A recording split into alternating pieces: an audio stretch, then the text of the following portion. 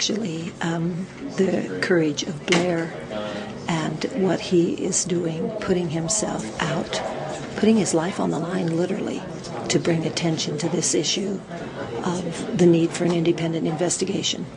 I'm in awe of Blair and what he's doing, and even though I was a little shaky and it was a little scary because many of my colleagues don't probably buy into a lot of my belief system, I still felt it was very, very important to give them each a packet with that DVD of Improbable Collapse, along with some of the pictures that are so revealing, of when the supposed collapse happened. So it was important to do this. It was needed and necessary.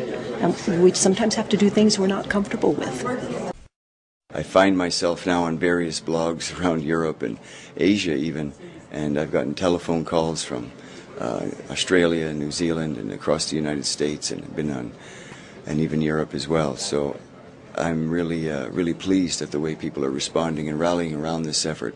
I'm convinced that I'm not convinced, I know it. There are millions of people who understand that something's very wrong with that official story that we've been told. It does not explain fully what we saw that day. And given the fact that where it has led us, first into the Afghanistan war and now into the Iraq war, to some degree 9/11 was used as a reason why we needed to go into Iraq. So given that this is the case, it's all the more crucial to find out just what happened. And I would ask folks, just who may perhaps are hearing this for the first time, if there were any discrepancies or inconsistencies or flaws in the so-called final report on the terrorist attacks, in other words, the commission report, wouldn't you want to know about it, given that we are still sending our people over there to die? My opinion, this is just my opinion now, 9/11 was the catalyst for everything that has proceeded over the last 7 years from that time. And by that I mean the war in Iraq and Afghanistan, the loss of our freedoms and liberties through the Patriot Act, Homeland Security, loss of habeas corpus, posse comitatus.